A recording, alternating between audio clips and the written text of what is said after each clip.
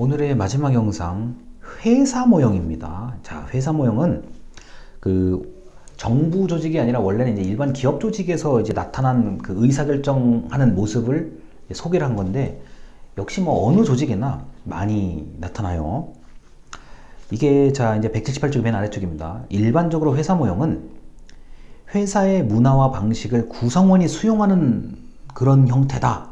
자, 예를 들어 여기 지금 179쪽 맨 위에 쪽에 맥도날드 얘기가 나와요. 패스트푸드점은 여러분 알바를 해보신 분은 알 거예요. 딱 절차대로 해요. 자, 어떻게 빵을 어떻게 굽고 계산을 어떻게 하고, 요새는 이제 키오스크가 대신하죠. 정해져 있어요. 매뉴얼이 있어요.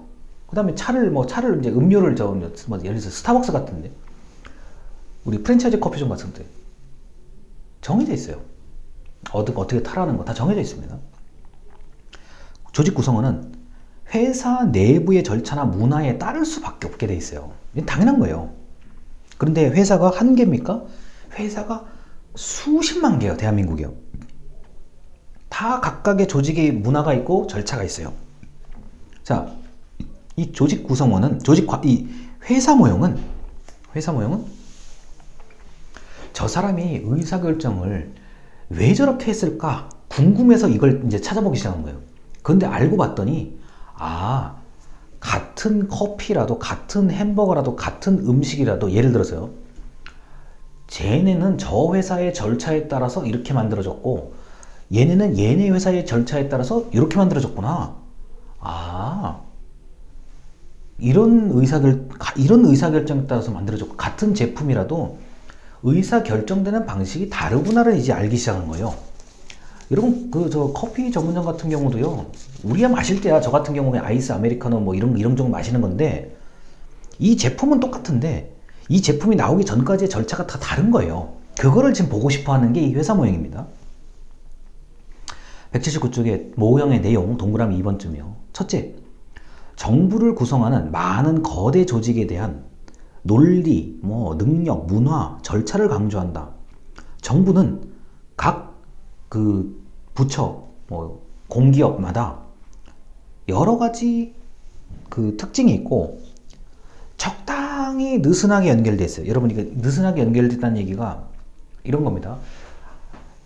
조직과 조직 사이에도 적당히 협조하는 관계예요. 그리고 조직 안에서도 우리 팀과 쟤네 팀이 적절하게 협조하는 관계예요. 그러니까 느슨하게 연결된 거, 완전히 얘네가 잘하면 즉각 옆에 있는 부서가 영향을 받고, 이게 아니라 적당히 연결된, 협조할 거 협조하고 그냥 독립적으로 할 거 독립적으로 하는 이런 관계인데, 자, 둘째, 정부는 각 부처마다 표준 운영 절차 SOP라는 게 있어요. 자, 이게 아마 스탠다드 오퍼레이션 프로시디어 이런 걸 거예요, 아마요. 자, 이런 표준 운영 절차가 있다고 얘기를 해요. 야, 우리 팀은 일 처리를 이렇게 해. 너희 팀은 안 그러니? 우리 팀은 좀 다른 것 같아. 우리 팀은 그렇게 일 처리 안 해. 자, 소방 같은 경우, 경찰 같은 경우는, 경찰은 절차가 정해져 있어요. 수사의 어떤 절차가 정해져 있고, 어떤 법에서 벗어나는 것을 할 수가 없어요. 물론 소방도 마찬가지예요. 벗어나는 걸 할 수가 없게 됐어요. 위법한 행위를 할 수가 없게 됐어요. 공무원이기 때문에. 근데 경찰청과 소방청의 표준 운영 절차는 상당한 차이가 있어요. 문화는 당연히 다르죠. 왜 쟤네는 저런 결정을 했을까?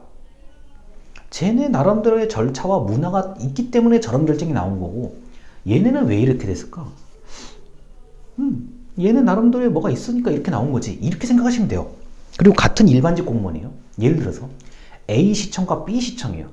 똑같은 허가, 건축 허가라든가 도시 재개발 이런 거 하는데, 왜 A시청은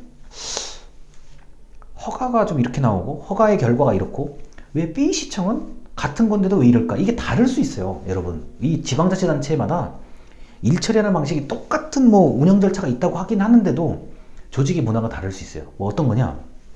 이런 겁니다. 만약에 제가 시장이나 구청장이나 하여튼 이런 게 됐어요. 저를 이제 예로 들어서 이렇게요.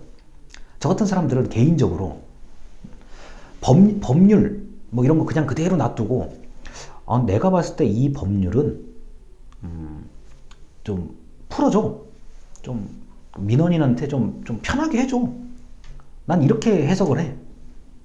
그러면은 법률과 규칙을 하나도 바꾸지 않고도 해석이 뭐 높으신 분이 뭐 지방자치단체장이 해석을 저렇게 본인이 저렇게 하셔서 하라는데 공무원이 안 하겠어요? 해요. 이거 뭐 무슨 법률에 근거해서 무슨 규정에 근거해서 하십시오 라고 결론이 나올 수도 있고요. 반대로 제가 엄격하게 해석을 하죠. 내가 이 법률을 봤을 때 이거는 엄격하게 하지 말라는 쪽으로 딱 만들어. 그러면 100% 하지 말라는 쪽으로 해석을 하게 돼 있어요. 행위를 하게 돼 있다고요. 같은 법률이고 같은 규정이고 같은 절차대로 움직이는 게 분명해요. 그런데 어떤 식으로 이걸 관점을 보고 해석을 하는지에 따라서 천지 차이가 날 수도 있어요. 이게 회사 모형의 관점이에요. 자, 그래서 조직 내에 지금 179쪽입니다. 그 아래에서 네 번째 줄 얘기를 하는 건데, 관심 대상은 뭐뭐의 과정에서 표준 운영 절차가 된다. 이 표준 운영 절차를 확인할 수 있으면 조직의 행동을 이해할 수 있다라고 되어 있습니다. 이게 여기에 이제 덧붙여가지고 제가 방금 예를 든 거, 높으신 분의 관점이요. 나는 사람들한테 좀 이렇게 굉장히 개방적으로 다 해! 라고 하는 좀 그런 가치관이다 그러면은 그거를 이해하면은 결과도 이해를 할 수가 있어요. 반대로 나는 다 하라고 안 돼. 좀 폐쇄적으로 운영을 하겠다. 이거는 이 일은 내가 봤을 때 좀 보안이 중요하고 안전이 중요하고 규제를 해야 된다. 보호가 중요하다고 해석을 하면 그렇게 되는 거예요. 결과물이요. 이게 그래서 회사 모형이 굉장히 쓸모가 많아요. 이거는요. 여러분이 특히 어떤 사회 문제를 이해할 때도 왜 쟤네는 저렇게밖에 결정을 못해서 이 모양이냐 이렇게 분명히 얘기를 하실 때가 있을 거예요. 그런데 이 회사 모형의 관점에서 봤을 때는 저 사람들이 멍청해서 저렇게 한 게 아니라 어떤 이유가 있고 절차가 있기 때문에 저런 결정을 낸 거구나. 이렇게 한 번쯤 돌이켜 볼 수가 있다는 거죠. 회사 모형이 굉장히 어려워요. 이것도. 그런데 굉장히 다양한 조직에 적용해서 볼 수가 있어요. 이게 여러분 입장에서는 커피 전문점을 생각하면 될 것 같아요. 우리 커피 워낙 흔하게 마시니까요. 이 커피가 나올 때까지, 이 음식이 나올 때까지 왜 같은 음식인데 왜 이렇게 뭐가 다르지? 서비스가 다르고 뭐가 다르지? 왜 태도가 다르고 맛이 다르고 왜 품질이 다르지? 그게 절차에 따라 나오게 된 거라는 거예요. 구성원들의 자의적인 내 멋대로 해서 제 멋대로 한다 그게 아니라 이 회사 모형 같은 경우는 각 조직의 문화와 절차가 다르기 때문에 결정도 다르게 나타날 수 있다는 점을 보여주는 겁니다. 자, 이렇게 해가지고 정책 결정 모형이 대충 다 끝났어요. 특히 오늘 배운 거는 관료 정치 모형, 쓰레기통 모형, 그 다음에 좀 비중이 좀 중요한 점증 모형, 그 다음에 회사 모형 4가지를 배운 건데, 이게 처음부터 이걸 들으셔가지고 다 이해한다는 거는 좀 욕심이시고요. 모르면 우리 과제 글로 좀 쓰시거나 제가 학교에 있을 때 저한테 개인적으로 물어보세요. 그럼 제가 조금 더 실감나게 설명을 해드리겠습니다. 일단 여기까지 하고 오늘 수업을 마치고요. 이제 뒤에까지는 어려운 거 하나도 없어요. 굉장히 쉽게 나갈 겁니다. 쉬운 내용밖에 없습니다.